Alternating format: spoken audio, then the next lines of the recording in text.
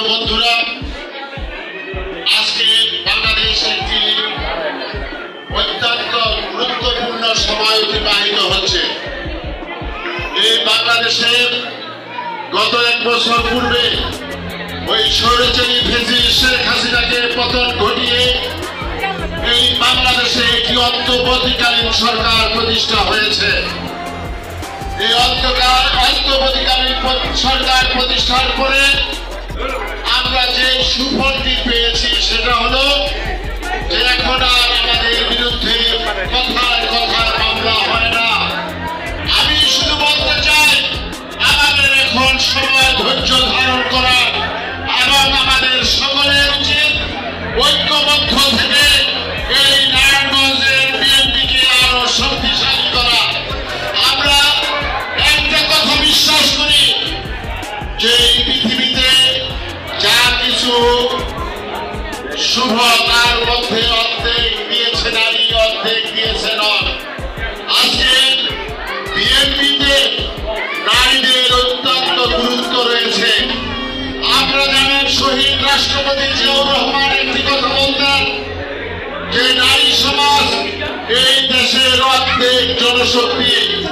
তারা যদি পিছিয়ে থাকে, তারা যদি অবহেলিত হয়, তাহলে দেশের উন্নয়ন করা, দেশ সামনের দিকে এগিয়ে যাওয়া কোন ক্রমে সম্ভব হবে না।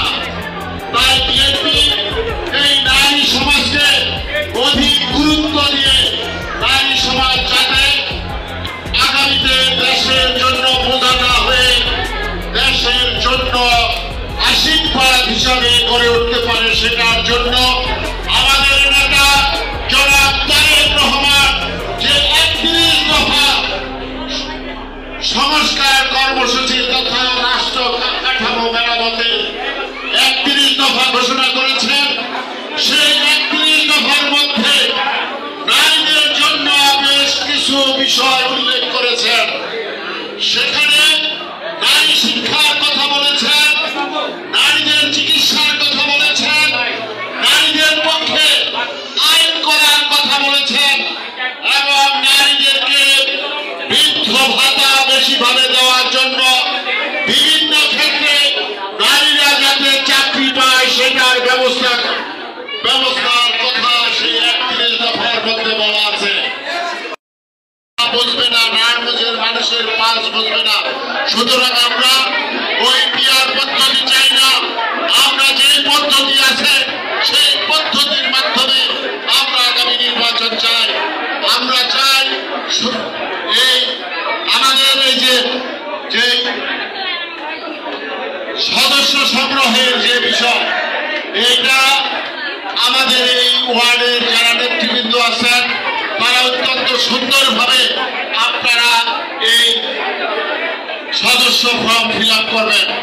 এখানে আমরা বলতে চাই, আমাদের দল নির্ধারণ করে দিয়েছে এই সদস্য ফর্ম ফিল আপের ক্ষেত্রে নারীদের অগ্রাধিকার দিতে হবে, নারীদের কথা বিবেচনা করতে হবে। ন্যূনতম 25% নারীকে এই সদস্যের মধ্যে অন্তর্ভুক্ত করতে হবে। এই বিষয়টা আপনারা খেয়াল রাখবেন। আজকে আমি আমার মাদের বোনদের কথা দিয়ে বলতে চাই, আমার কুয়েশবাদন বোন জেলা মাসুদ ময়না বলেছে যে আমরা বৈষম্যের শিকার এবং আমরা আমাদের মা বোনদেরকে আমরা গুরুত্ব দিই না বা তারা সঠিক মূল্যায়ন পায় না। আমি বলতে চাই, আমার মা বোনেরা সঠিক মূল্যায়ন পেয়েছে এবং পাবে। কারণ গত 16টি বছর আমাদের মা বোনেরা রাত্রের বেলা বাড়িতে ঘুমাতে পারে নাই। কেন? তার স্বামী ফিরে আসে কিনা, তার সন্তান ফিরে আসে কিনা, তার ছোট ভাই ফিরে আসে কিনা। আর এখন বর্তমান পরিস্থিতিতে আমাদের মা বোনরা বাড়িতে শান্তিতে ঘুমাতে পারে, এটাই তো সবচেয়ে বড় পাওয়া। কারণ আমাদের মায়েরা যখন সন্তানের জন্য ত্যাগ করে, স্বামীর জন্য ত্যাগ করে, ছোট ভাইয়ের জন্য ত্যাগ করে, অতএব তাদের ত্যাগের শিকার আমরা কখনো অস্বীকার করতে পারবো না এবং তার যথাযথ মূল্যায়ন করতে পারবো না। আপনারা জানেন স্বাধীনতার ঘোষক শহীদ জিয়াউর রহমান, আপনাদের মহিলাদেরকে যথাযথ মূল্যায়ন করে দিয়েছে।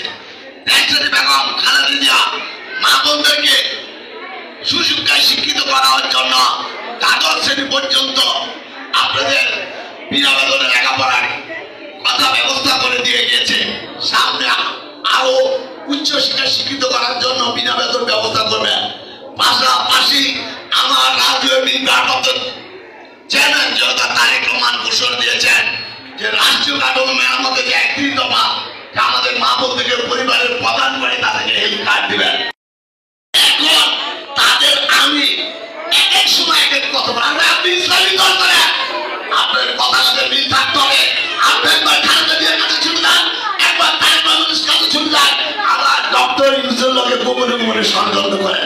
গত দুদিন ধরে কি বলছেন? এখনো নির্বাচনের পরিবেশ সৃষ্টি হয় নাই, তাড়াতাড়ি করে নির্বাচন দেওয়ার কি দরকার? তাহলে আপনি ইসলামী দলের আপনার লোকাল নেতাদেরকে কেন এমপি প্রার্থী ঘোষণা দিয়ে তাদেরকে ভোট চাচ্ছেন?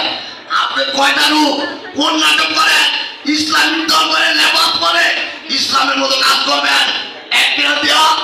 একদিকে এনসিপি সরকারের লগে মিলে শহীদ জিয়া পরিবারের বিরুদ্ধে বিএনপির বিরুদ্ধে ষড়যন্ত্র করবেন আর বলবেন নির্বাচন দেওয়ার পরিবেশ নাই, আর আপনার দলের লোক দেখে ভোট চাওয়ার জন্য আপনি এলাকা পাঠিয়ে দিবেন। এরা কোন দলের নাটক, কোন দলের অভিনয়? ওই ইসলামিক দল সম্পর্কে আপনারা সবাই সজাগ থাকবেন।